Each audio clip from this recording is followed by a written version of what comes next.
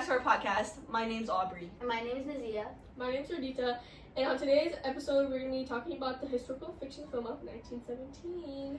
This film is set in the Western Front in France in 1917, which is towards the end of World War I. During this time, the war between Allied powers and Germany had turned into a stalemate, where British and French forces would fight Germany on France's land. Oh my goodness. The events in the movie happened because of Germans' withdrawal of the Hindenburg Line, which led to miscommunication among Allied powers of the retreat. This story follows two British soldiers, Lance Corporals William Schofield and Tom Blake, who are sent on a risky mission to send a message.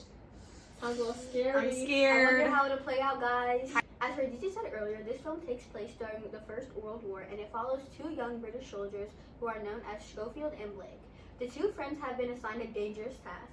They must deliver a message across the enemy territory in order to prevent a British attack that is walking into a potentially deadly ambush. If the message from Schofield and Blake does not arrive in time, hundreds of soldiers could end up dead, including Blake's brother, who is a lieutenant. Oh my goodness, guys. I'm scared, guys. The two soldiers must travel through dangerous conditions. Of course, this comes along with a number of dangers and rough obstacles. As they continue to travel, they begin to witness the destruction that is caused by the war.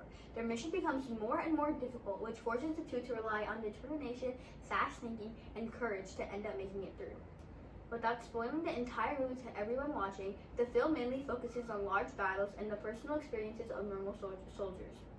Throughout Schofield's and Blake's journey, the viewers gain a realistic point of view on the hardships of trench warfare and different sacrifices made by individuals during the very First World War.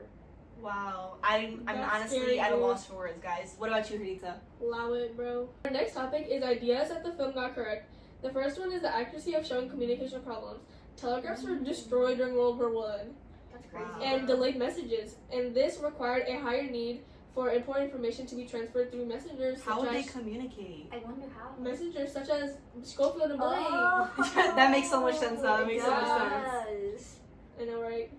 Another thing that this film got correct were the conditions of the trench warfares, which were shown as unstable and dirty. These were also hard living conditions for the soldiers that were living there. Can you guys imagine living there? Wow. I honestly can't, but that's probably the least of their issues at the time, guys. I know. They were going through so much, guys. That's a really good perspective, Aubrey. Thank you, guys. Opens up a lot. The next thing that this movie showed correctly were the dangerous conditions of no man's land, which was the area between trench warfares of conflicting sides. This part of the land is dangerous as there is no protection from either side, and they have to go through this area for their message to be received. Although this film exaggerates how easy it was to cross this no man's land, this part is way more dangerous and has more traps than was shown. They went across the land without being spotted by other forces, but in reality, opposing forces used many traps to detect movement. I'm like getting literal, guys. I'm getting literal chills. Then Guys, do probably- you see this? I can see that vibe. Dude, Guys. I'm literally shivering. Allow it. The next thing that the movie exaggerated was the distance that it took for them to actually relay their message. In the movie, they went across many trenches, no man's land, and many different battle zones in the time they showed, but in reality, it would have taken much longer. Dang. Another thing they exaggerated for the movie is the amount of dangerous accounts that Schofield encountered and still survived. In the span of the movie, he crossed no man's land, the explosion of bunkers, and encounters with the enemy forces, and many more risks. The amount of challenges shown in the movie is to enhance the film's entertainment rather than realistic representation.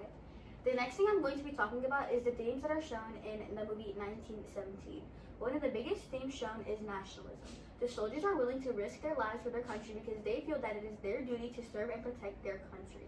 This shows the viewers that how nationalist ideas motivated many European soldiers during the very First World War. Another thing that is shown in the film is resistance. As the viewers watch the film, they see the main characters continue their mission despite the extreme challenges they face physically and emotionally. Their perseverance and determination represent how big of an endurance the British soldiers actually had. Imperialism is also shown in 1917. The First World War was partly caused by competition between European empires that controlled colonies all over the world. Even though the film focuses on a rather small mission, it takes place within a much larger conflict which is caused by imperial rivalries between powerful nations. 1917 uses the story of two British soldiers to explore themes like nationalism, resistance, and imperialism to make the film more realistic. Wow. Like, everyone just wants control, guys. It's crazy, guys. Next part of the podcast, the Critics Corner with Aubrey. Woo! Hey guys, so personally, I thought this was a great film. I thought it did a great job at showcasing the amount of risks and dangers soldiers faced during World War I in an entertaining but also educational way. I agree. Although dramatized, like Karita said earlier. Yeah. But you know, that's just my personal opinion. I didn't actually experience the war itself, which is why I'd now like to welcome our special guest, someone who experienced the war firsthand, Sergeant Clifford. He should be arriving here any moment. And No freaking way. Is it safe? the coast is clear. Welcome, Sergeant Clifford. I really respect everything that you've done. Welcome to our podcast. So my first question I have for you is, how do you think that this movie relates to your experiences in the war? You can talk into the mic right here. The movie was very realistic. Just like when I go to war. Same stuff.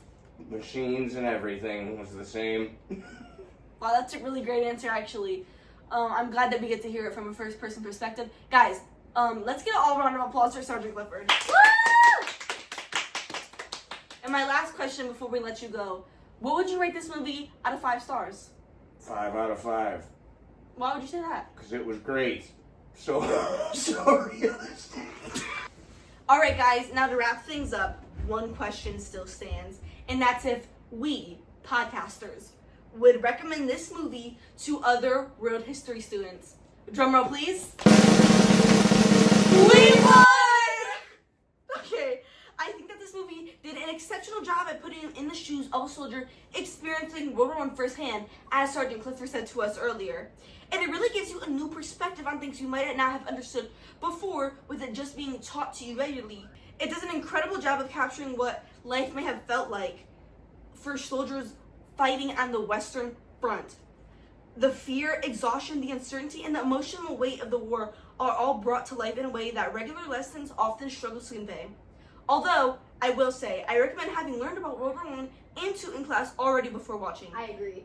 Yes, as the movie doesn't exactly set the scene for what happened leading up to the war, which may leave you as a viewer confused if you had not have already learned about it beforehand. As long as students understand that some of the scenes were dramatized for storytelling purposes, 1917 can be a powerful educational tool. In the end, 1917 isn't the whole story of World War I, but it's certainly a story worth experiencing. Bye guys!